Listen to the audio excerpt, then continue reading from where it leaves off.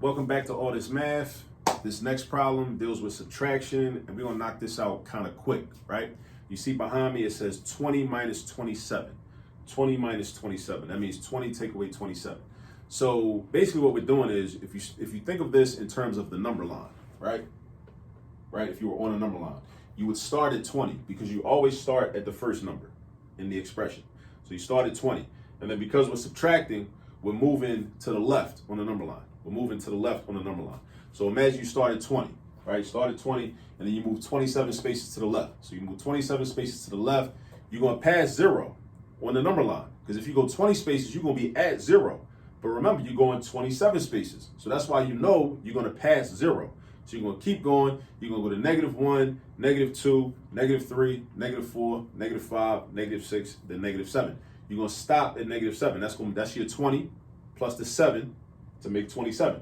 So the answer is gonna be -7. 20 take away 27 is -7, right?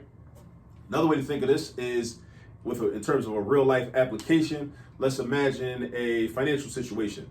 Let's say you have $20, right? You have $20. You go to the store, corner store in your neighborhood, black owned business in your community. You know what I'm saying? You're going to, support the black owned business in your community. You got your $20 but you need $27 worth of things. Or maybe you miscalculated, right? In advance, thinking that you only needed $20 for the things that you wanted, but you actually need $27. But let's say you have a positive relationship with the store owner. So the store owner's like, listen, go ahead, you got it. Give me the $20 and just bring me back what you owe me tomorrow. Or, in a couple of days when I see you again.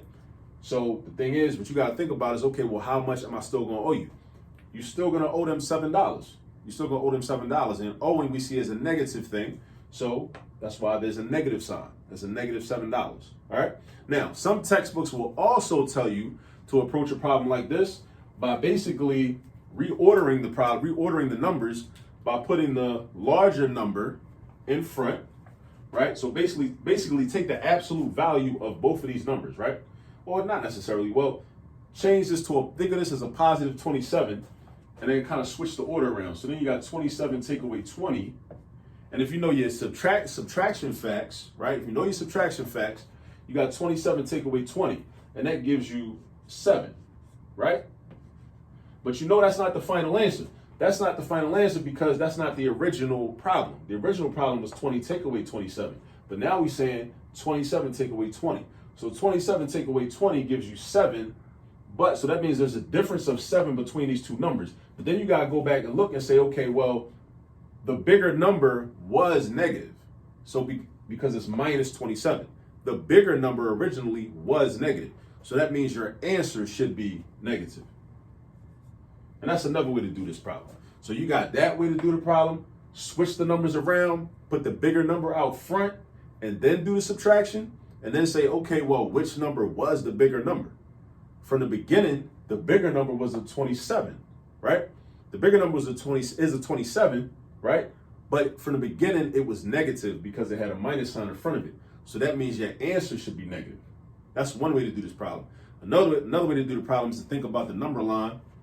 Imagine you start at 20 on the number line. Imagine 20 was right here, right? Imagine that's 20 right there.